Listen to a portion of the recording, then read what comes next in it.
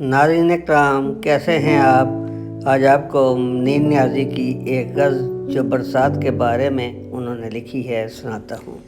इसमी से भरी शब में बिजली जो कड़क जाए, उस शौक़ का नन्हा सा दिल डर से धड़क जाए। उस सिमत चलो तुम भी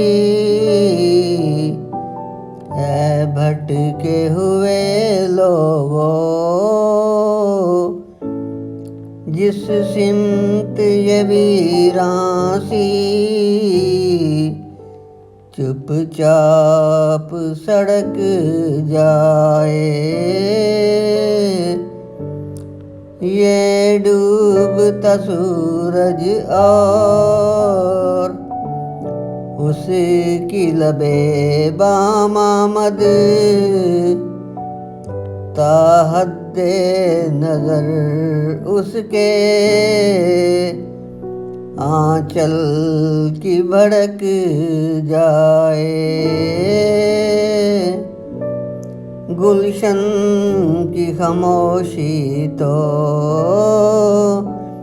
अब जी को डराती है,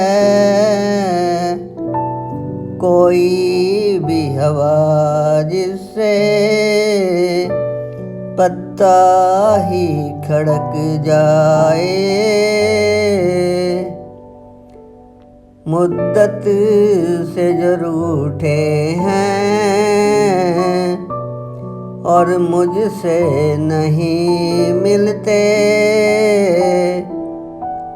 गर शेर मेरे सुन लें जी उनका भड़क जाए। इसमी से भरी शब में बिजली जो कड़क जाए। जज़ाकल्लाह।